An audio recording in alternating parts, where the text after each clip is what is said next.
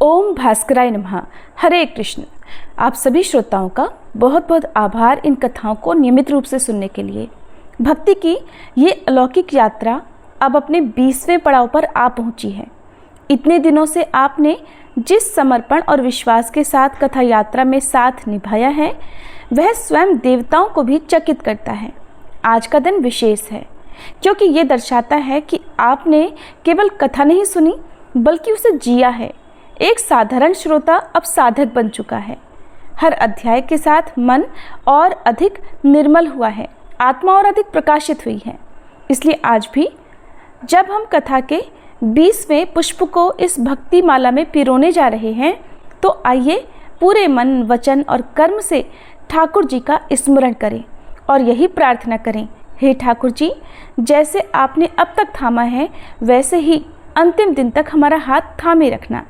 आइए अब सुनते हैं आज की कथाएं तो आप सभी सुनते हैं, लेकिन कथा सुनने के बाद वीडियो को लाइक करने में बहुत कंजूसी करते हैं।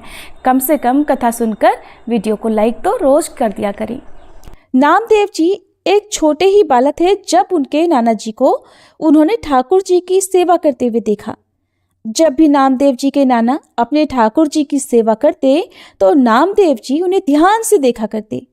वो बाहर आकर फिर किसी पत्थर की ठीक वैसे ही सेवा करके सुख प्राप्त करते।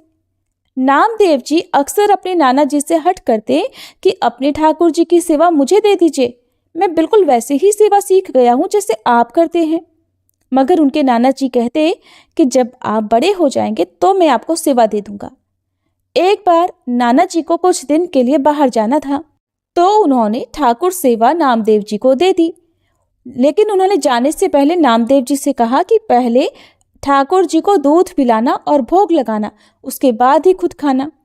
नामदेव जी की तो प्रसन्नता का ठिकाना नहीं रहा। नामदेव जी ने ठाकुर जी के लिए मेहनत करके लिए बड़ा स्वादिष्ट दूध पकाया, फिर गाढ़ा गाढ़ा मीठा मीठा दूध ठाकुर जी के सामने रखा। नामदेव जी का प्रयास देखकर ठाकुर जी मुस्कुरा दिए।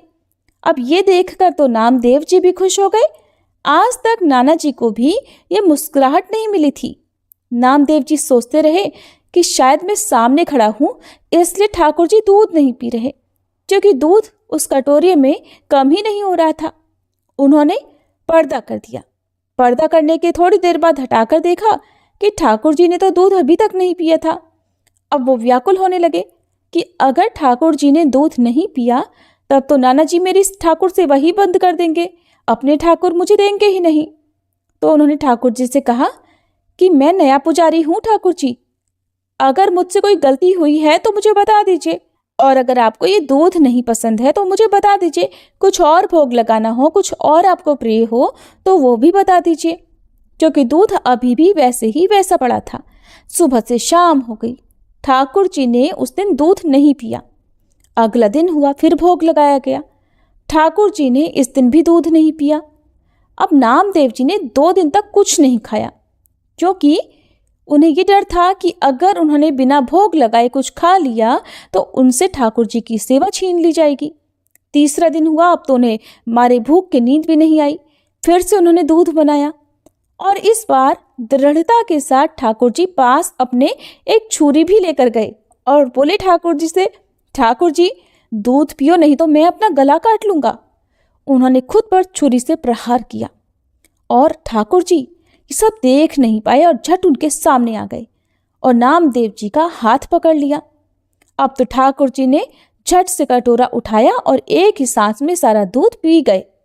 नामदेव जी ने तो कटोरा पकड़ लिया और बोला कि पूरा नहीं पीना है ठाकुर जी, अरे कुछ मेरा भी तो ख्याल करो, मैंने भी तो 3 दिन से कुछ नहीं खाया, मुझे भी तो प्रसादी चाहिए। नाना जी वापस आए तो उन्होंने बताया कि ठाकुर जी पहले 2 दिन तक तो दूध ही नहीं पी रहे थे, लेकिन तीसरे दिन उन्होंने खूब अच्छे से भरपेट दूध पी लिया है। नाना जी ने सोचा, दूध पिया, सचमुच दूध पिया। तब उन्होंने कहा, अच्छा ठीक है, अगर तुम कह रहे हो तो मैं देखना चाहता हूँ कि ठाकुर जी दूध कैसे पी लेते हैं। अब तो नामदेव जी अपने नाना जी और छुरी दोनों को लेकर ठाकुर जी के पास गए, एक कटोरा दूध भी लेकर गए और ठाकुर जी के सामने खड़े होकर बोले, ठाकुर जी दूध पियो और हाँ, मुझे झूठा साबित मत कर देना। ठाकुर जी आए और उन्होंने दूध पी लिया। नाना जी ने देखा तो आश्चर्यचकित रह गए। नामदेव जी की कृपा से अब तो नाना जी को भी भगवान का साक्षात्कार हो गया था। भगवान भक्तों के भोलेपन पर बड़ी आसानी से रीझ जाते हैं। अब एक दिन की बात है, नामदेव जी गोरा कुम्हार जी के यहाँ बैठे हुए थे। बड़े बड़े महापुरुष भी वहां पर थे, मुक्ताबाई जी भी वहां पर थी। तो बातों ही बातों में उन्होंने गोरा जी से कहा, काका इन मटकियों में से कौन सी मटकी कच्ची है, मैं अभी बताती हूँ। बड़े बड़े संत वहां बैठे हुए थे, उनकी बात सुनकर सब मुस्कुरा दिए। उन्होंने नामदेव जी के सिर पर मारा, जैसे एक कुम्हार मटकी को ठोक कर देखता है कि वो कच्ची है या पक्की। तो उन्होंने कहा, हटिए, ये आप क्या कर रही है। नामदेव जी के सिर को ठोकने के बाद मुक्ताबाई जी ने कहा, काका ये मटकी कच्ची है। जो बोल पड़ी। अब तो सभी संतों ने भी हंसकर कह दिया कि हाँ, सच में कच्ची है। नामदेव जी ने सोचा कि ठाकुर जी का दर्शन और साक्षात्कार ही एकमात्र सत्य है, और फिर ठाकुर जी तो रोज मेरे साथ खेलते हैं, मेरे साथ खाते हैं, फिर भला मैं कैसे कच्चा हूं। अब तो वो सीधा भगवान विट्ठल जी के पास गए और कहने लगे, सबसे बड़ी सिद्ध अवस्था यही है कि भगवान भक्त से बात करें, और फिर आप तो मेरे साथ खेलते हो। फिर उन संतों ने ऐसा क्यों कहा कि मैं कच्चा हूं। ठाकुर जी, क्या सच में मैं कच्चा हूं। तो ठाकुर जी ने भी बोल दिया कि हाँ, अभी आप कच्चे हैं। नामदेव जी ने पूछा, फिर पक्का होना क्या होता है। तो विट्ठल जी कहने लगे कि जंगल में एक शंकर जी का मंदिर है, वहां एक विसोबा खेचर नाम के संत हैं। आप उनके चरणों में बैठें और वो जो जो उपदेश करें उसका पालन कीजिए, फिर आप पक्के हो जाएंगे। अब तो नामदेव जी भगवान विट्ठल जी के कहने पर विसोबा खेचर जी के पास गए। विसोबा जी शंकर जी के शिवलिंग पर पैर रखकर आराम से सोए हुए थे। अब नामदेव जी ने देखा तो सोचने लगे कि कोई साधारण आस्तिक इंसान भी ऐसा नहीं कर सकता कि कोई शिवलिंग पर पैर रखकर आराम से सोए। लेकिन अब भगवान ने मुझे इनको ही गुरु बनाने के लिए कहा है, ये बात तो मेरी समझ में नहीं आई। नामदेव जी ने विसोबा जी से कहा, पैर हटाइए महाराज, आप शंकर जी के ऊपर पैर रखकर क्यों सो रहे हैं। तो विसोबा जी ने कहा कि बेटा, जहाँ शंकर जी ना हो वहां पर मेरे पैर रख दीजिए। अब नामदेव जी ने उनके दोनों पैर पकड़े और जहां जहां रखे वहीं शिवलिंग प्रकट हो गया। अब तो नामदेव जी समझ गए कि ये कोई साधारण पुरुष नहीं बल्कि कोई सिद्ध पुरुष है। नामदेव जी ने विसोबा जी से कहा कि प्रभु, मैं आपकी महिमा को जान नहीं पाया, मुझे क्षमा कर दीजिए और कृपया आप उपदेश कीजिए। तब विसोबा जी ने कहा, बेटा, बस इतनी बात समझनी है कि कोई ऐसा कण नहीं है जहां विट्ठल ना हो। सब जगह, सब कण में, सब में विट्ठल है। और नामदेव जी ने इस गुरु उपदेश को अपने हृदय में धारण कर लिया। इसके बाद तो एक बार नामदेव जी विट्ठल जी के लिए रोटी बना रहे थे। वो रोटी रखकर घी गरम करने गए। इतने में ही कहीं से कुत्ता आया और विट्ठल जी के लिए बनाई हुई रोटी को खाने लगा।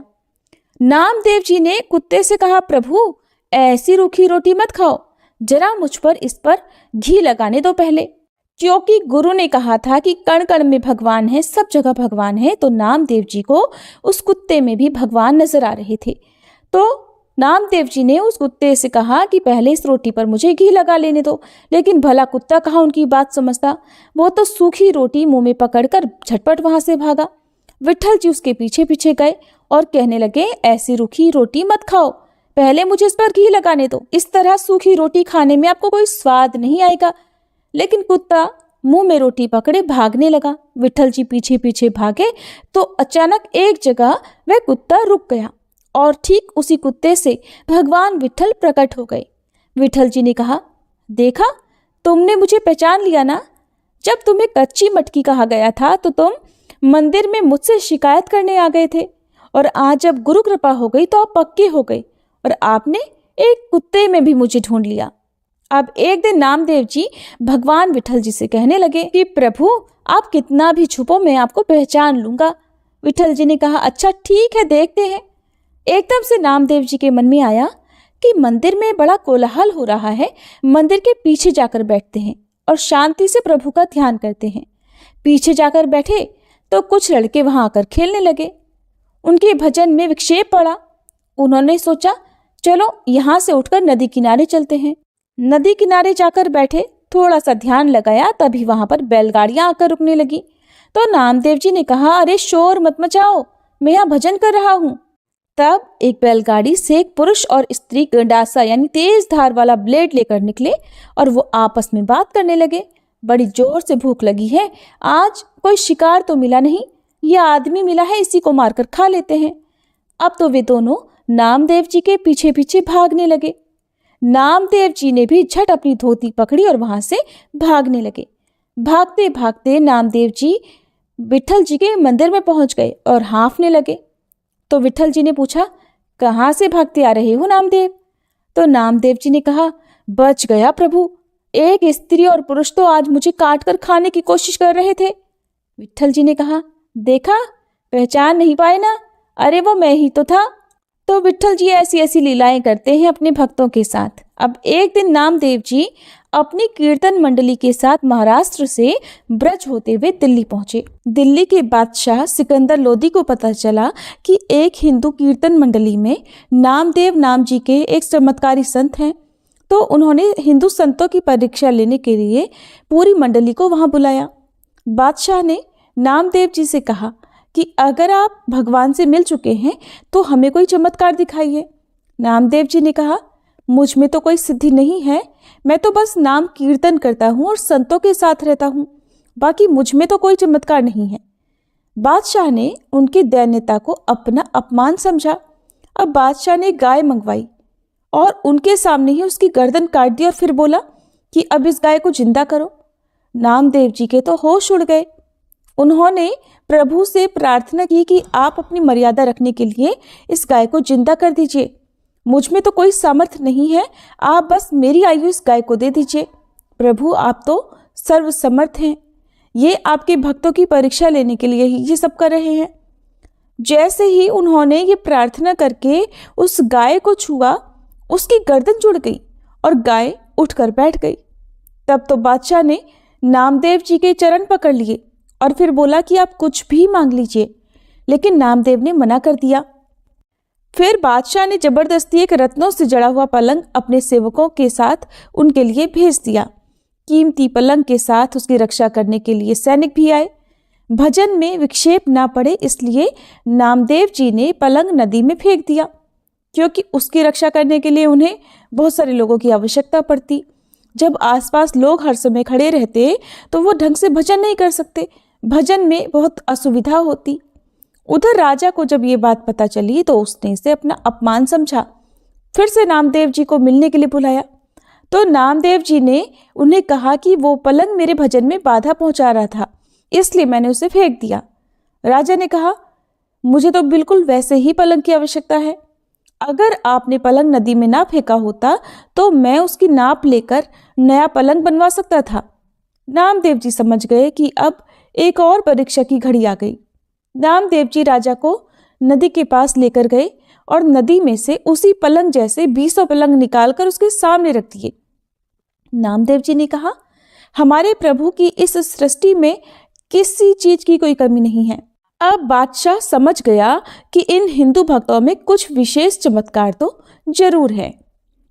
तो ऐसी ऐसी लीलाएं करते हैं प्रभु जी अपने भक्तों के साथ।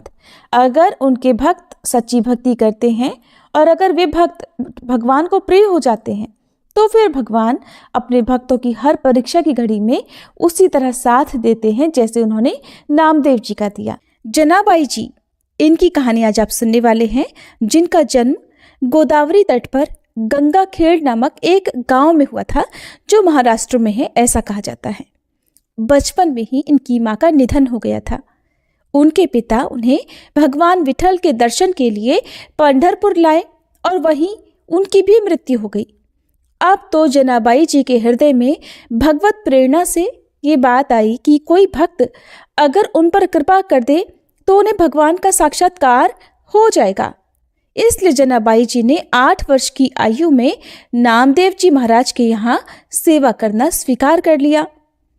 नामदेव जी निरंतर भजन परायण थे और निरंतर भगवान के नाम कीर्तन में ही डूबे रहते। नामदेव जी जैसे महात्मा के यहाँ सेवा मिल जाना मतलब स्वयं प्रभु की सेवा से भी बड़ी सेवा मिल जाना था। अब तो जनाबाई जी के हृदय में हर समय एक ही बात रहती कि वे किसी तरह नामदेव जी को प्रसन्न कर लें।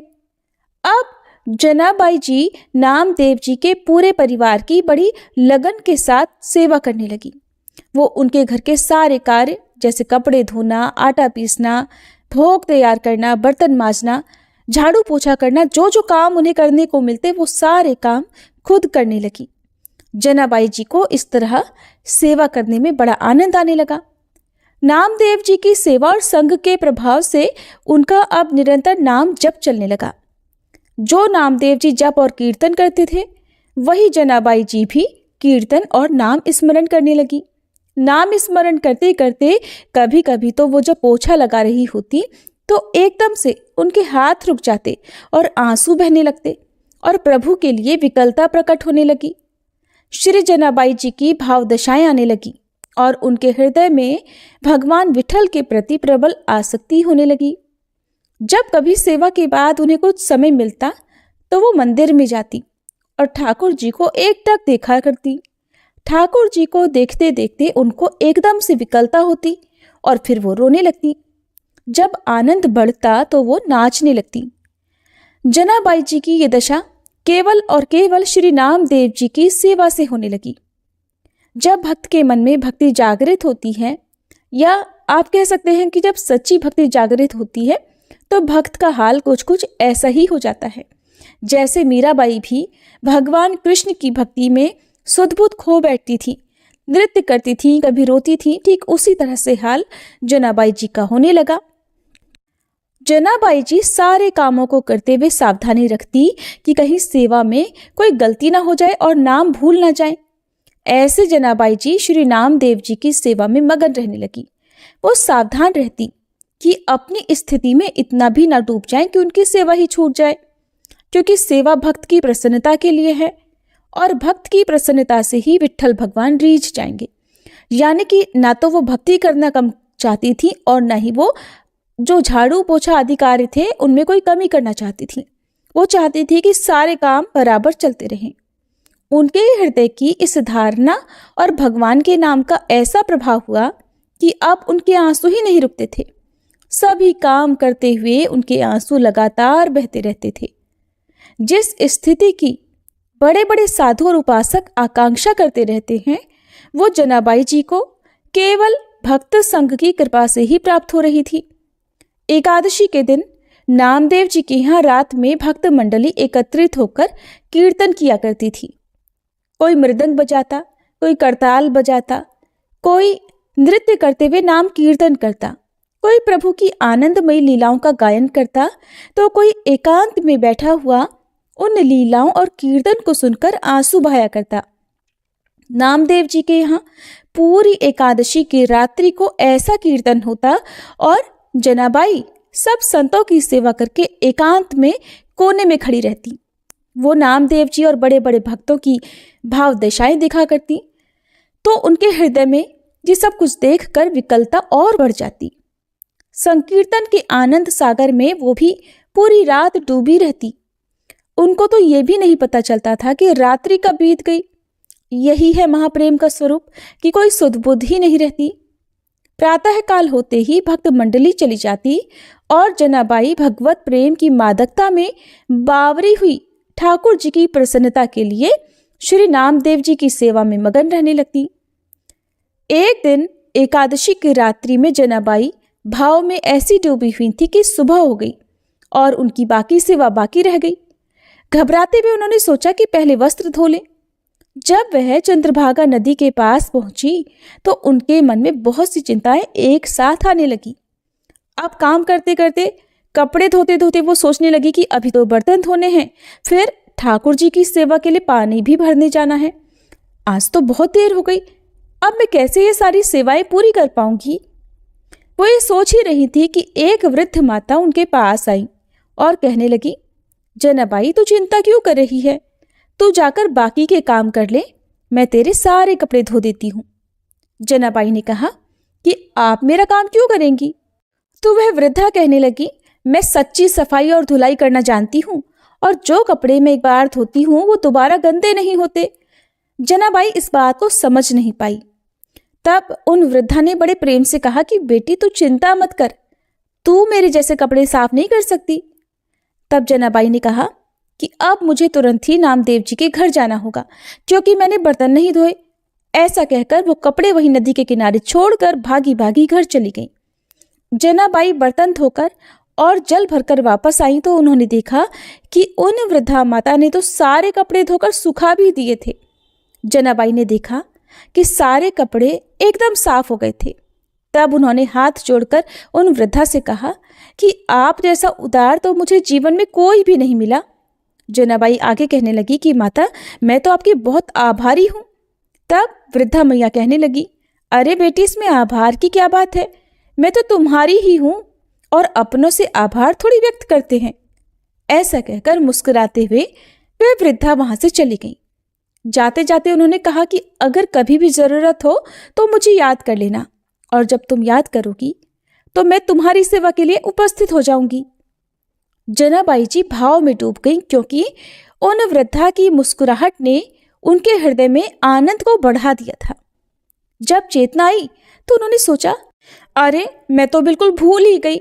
मैं तो पूछना ही भूल गई कि वो वृद्धा मैया रहती कहाँ है और उनका नाम क्या है। कपड़े भी धोकर चली गई और मैं उनके बारे में कुछ पूछ ही नहीं सकी। अब उन्होंने जाकर आसपास देखा कि कहीं तो वो वृद्धा माता मिल जाएंगी, लेकिन वो दिखाई नहीं दी। अब तो उनके हृदय में विकलता हुई कि एक तो उनका शरीर इतना वृद्ध था, फिर भी वो हवा की तरह कैसे भाग गई, वो हो कौन सकती हैं। जनाबाई के मन में प्रश्न उठने लगे। तब सारे कपड़े इकट्ठा करके जनाबाई लेकर घर पहुंची तो उनका हृदय आज बड़ा व्याकुल था कि आखिरकार वो वृद्धा थी कौन, और वो अपनी मुस्कुराहट से कैसा जादू कर गई हैं कि मेरा चित्त बार बार केवल और केवल उन्हीं का चिंतन कर रहा है। उनका ध्यान मेरे हृदय से निकल ही नहीं रहा। जनाबाई गदगद कंठ से नामदेव जी के समीप गई और उन्हें पूरी घटना सुनाई। नामदेव जी ने तत्काल जनाबाई जी से कहा, अरे वो और कोई नहीं था, वो तो विट्ठल जी ही थे। नामदेव जी को आश्चर्य हुआ कि विट्ठल जी जनाबाई से कितना प्यार करते हैं कि उन्होंने आकर स्वयं सारे कपड़े उनके धो दिए। कैसा महिमामय स्वरूप है भक्ति का। श्री नामदेव जी ने कहा कि जनाबाई, तेरे अहोभाग्य है कि तेरे ऊपर ठाकुर जी की कृपा हुई और तू समझ ही नहीं पाई। अब तो जनाबाई के हृदय में और प्रणय कोप बढ़ गया कि प्रभु आए भी तो ऐसा छलिया रूप लेकर आए कि मैं उन्हें पहचान ही नहीं सकी। अब तो जनाबाई रोने लगी कि इतने छलिया हो कि आप आए भी और मुझे परिचय भी नहीं मिल पाया, और दूसरी बात कि आपने मेरे लिए इतना कष्ट सहा, मेरे लिए इतने सारे कपड़े धोए। भगवान तो सदैव अपने भक्तों के पीछे पीछे घूमते हैं। परम स्वतंत्र ईश्वर को भला कोई अगर बांध सकता है तो वो हैं केवल और केवल उनके भक्त। एक बार जनाबाई जी प्रेम में मगन होकर झाड़ू लगा रही थी और उन्होंने कूड़े का ढेर लगाया। जब वह कूड़ा भरने के लिए गई तो उन्होंने देखा कि टोकरी लिए हुए प्रभु खुद कूड़ा भर रहे थे, मगर अब वो उन वृद्धा के रूप में नहीं आते थे। अब तो वे साक्षात विट्ठल जी के रूप में आते थे। चक्की में आटा पीसते हुए जनाबाई कभी कभी पद गाते हुए भाव में डूब जाती और इस वजह से चक्की रुक जाती। सेवा में कहीं देर न हो जाए इसलिए ठाकुर जी खुद आकर चक्की पीसने लग जाते।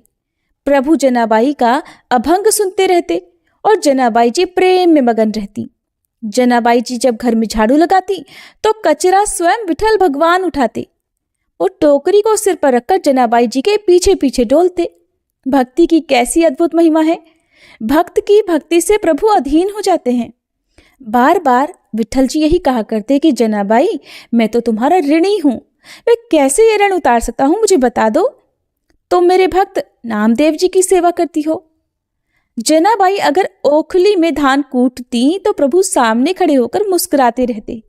ये सब भक्त नामदेव जी की कृपा से हुआ। और वे कहती कि जब मैं नामदेव जी की दासी बनी, जब मैंने उनकी सेवा की तो मैंने पाया कि दूसरा तो कोई है ही नहीं, एकमात्र मेरे ही विठल चराचर जगत में व्याप्त हैं। वो सदैव मेरे सहयोग में हैं, मेरी सेवा में मेरे समीप हैं, और ये सब मैं नामदेव जी की दास्ता से ही जान पाई। प्रभु अगर मेरे पीछे पीछे डोल रहे हैं तो ये सिर्फ और सिर्फ नामदेव जी की दास्ता के ही कारण हुआ। अब एक बार भगवान विठल जी का बहुत महंगा आभूषण चोरी हो गया। जनाबाई जी सेवा करने के लिए मंदिर जाती थी। सबको शक हो गया कि हो ना हो जनाबाई जी ने ही वो आभूषण चोरी किया होगा। अब सब में देखते ही देखते ये बात फैल गई। लोग जनाबाई जी को कलंकित करने लगे कि ये तो बड़ी भक्त बनती है, लेकिन देखो इसने तो ठाकुर जी का आभूषण ही चुरा लिया। अब जनाबाई जी को सभा में बुलाया गया और फिर उनसे पूछा गया कि तुम्ही ने वो हार चुराया है क्या? तो जनाबाई ने कहा कि मेरे प्राणधन श्री विठल भगवान हैं और मैं भला उनका हार क्यों चुराऊंगी? वो खुद मेरे हैं तो मुझे हार चुराने की क्या आवश्यकता? भक्त की भावनाओं को तो कोई भक्त ही समझ सकता है। जनाबाई जी ने शपथ खाकर कहा कि मैंने ये रत्न का आभूषण नहीं चुराया, लेकिन किसी ने भी जनाबाई की बात पर विश्वास नहीं किया। राजा ने जनाबाई को सूली पर चढ़ाने की सजा दे दी। अब सूली पर चढ़ाने के लिए जनाबाई को हाथ बांधकर चंद्रभागा नदी के तट पर ले जाया गया। जनाबाई जी के हृदय में आया कि बहुत बढ़िया, अब जैसी विट्ठल जी की इच्छा, अगर वो यही चाहते हैं तो फिर ऐसा ही हो। अब तो वो बस विट्ठल विट्ठल मन में जपने लगी।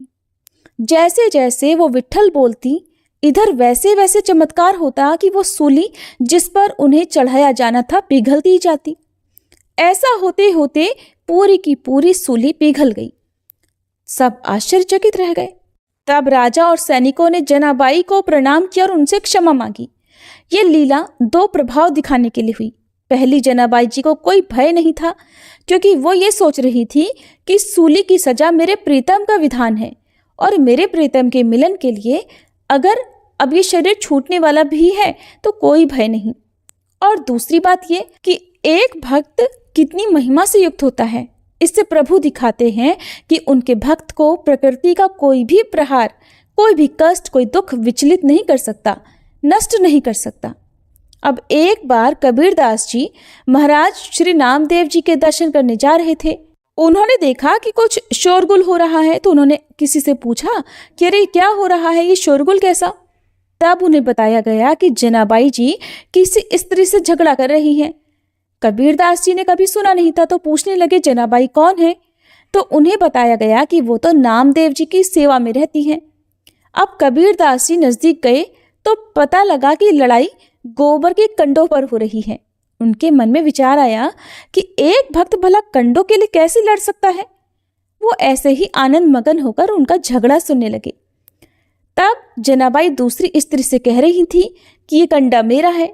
जनाबाई ने कहा नहीं, ये कंडा मेरा है। उस स्त्री ने जनाबाई से पूछा कि बता तेरे कंडे की पहचान क्या है? तब जनाबाई जी ने जो बोला वो आप सभी सुनिए। जनाबाई ने बोला कि कान में लगा के सुनो, मेरा कंडा बोल रहा है विट्ठल विट्ठल। और यह आश्चर्य की बात है कि जड़ वस्तु से नाम गूंजने लगा। जब सामने वाली स्त्री ने भी सहमति दे दी कि कंडे से तो सच में विट्ठल विट्ठल सुनाई दे रहा है, तो कबीरदास जी को भी लगा कि चलो देखा जाए कि इस बात में कितना सच है। अब कबीरदास जी ने भी कंडे को अपने कान पर लगाया तो उन्हें भी विट्ठल विट्ठल सुनाई दिया। तब उन्होंने जनाबाई जी के चरणों में प्रणाम किया। कबीरदास जी ने सोचा कि कितने महान हैं नामदेव जी कि उनकी सेवा में रहने वाली दासी के भी ऐसे महान परमाणु हैं कि जिस चीज को उन्होंने छू लिया वही चीज विट्ठल विट्ठल बोलने लगी। जनाबाई जी की नामदेव जी से ऐसी तन्मयता हो गई थी कि जब नामदेव जी ने समाधि ली तो ठीक उसी दिन कीर्तन करते हुए जनाबाई जी भी विट्ठल भगवान में लीन हो गई। तो जो भक्त भगवान के चरणों का आश्रय लेता है उसके सारे विकार नष्ट होकर प्रभु उसे भगवत अनुराग में रंग देते हैं। तो इस प्रसंग से हम सबको सीखने को मिलता है कि किसी भक्त की सेवकाई से प्रभु कितने प्रसन्न हो जाते हैं और भक्तों के प्रति श्रद्धा रखने से भगवत प्राप्ति कितनी सरल हो जाती है। सभी प्रेम से बोलिए भक्त जनाबाई जी की जय। ये थी आज की कथाएं। अब सुनिए श्री राधा चालीसा पाठ और उसके बाद में हम सभी भगवान श्री विष्णु से क्षमा याचना करेंगे। श्री राधे वृषभानुजा भक्तनी प्राणाधार वृंदा विपिन विहारिणी प्रणावो बारंबार। जैसो तैसो रावरो कृष्ण प्रिय सुखधाम चरण शरण निज दीजिए सुंदर सुखद ललाम। जय वृषभान कुमारी श्री श्यामा, कीर्ति नंदनी शोभा धामा, नित्य विहारिणी श्याम अधर, अमित बोध मंगल दातार, रास विहारिणी रस विस्तारिणी, सहचरी सुभाग यूथ मन भावनी, नित्य किशोरी राधा गौरी, श्याम प्रनाधन अति जिया भोरी, करुणा सागरी हिय उमंगनी, ललिता दिक सखियाँ की संगनी, दिनकर कन्या कुल विहारिणी, कृष्ण प्रण प्रिय हिय हुलसवानी, नित्य श्याम तुम्हरो गुण गावे, श्री राधा राधा कही हर्षावहि, मुरली में नित नाम उचारे, तुम कारण लीला वपुधारे, प्रेमा स्वरूपिणी अति सुकुमारी, श्याम प्रिय वृषभानु दुलारी,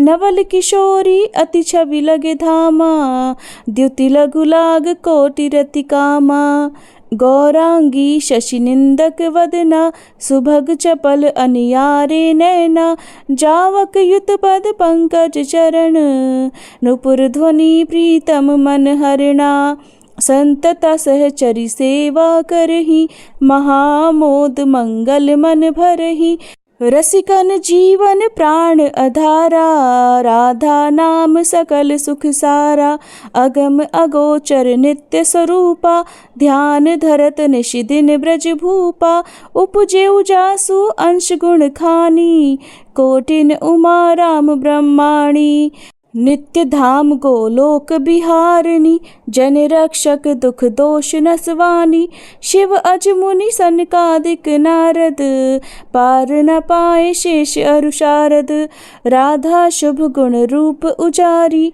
निरखी प्रसन्न होत बनवारी, ब्रज जीवन धन राधा रानी, महिमा अमित न जाए बखानी, प्रीतम संग दिए गलबाही, बिहारता नित वृंदावन माही, राधा कृष्ण कृष्ण कहे राधा, एक रूप दो प्रीति अगाधा, श्री राधा मोहन मन हरिणी, जन सुख प्रदा प्रफुल्लित बदनी, कोटिक रूप धरे नंद नंदा, दर्श करन हित गोकुल चंदा, रास केली कर तुम्हें रिझावे, मान करो जब अति दुख पावे, प्रफुल्लित होठ दर्श जब पावे, विविध भांति नित विनय सुनावे, वृंदारण्य विहारिणी श्यामा, नाम लेत पूरण सब कामा, कोटिन यज्ञ तपस्या करहूँ, विविध नेम व्रत ही में धरहूँ, तऊ न श्याम भक्त ही अहनावे,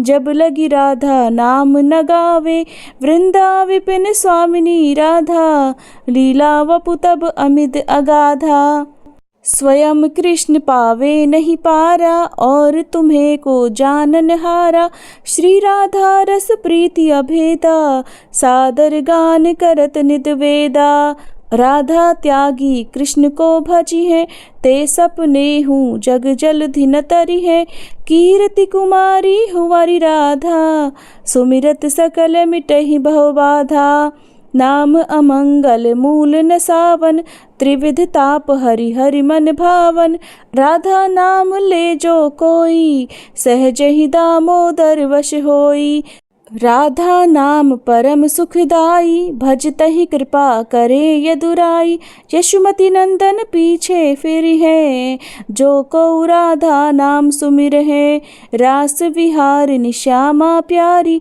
करहु कृपा बरसाने वारी, वृंदावन है शरण तुम्हारी, जय जय जय वृषभानु दुलारी, श्री राधा सर्वेश्वरी रसिकेश्वर घनश्याम, करहु निरंतर बास में श्री वृंदावन धाम।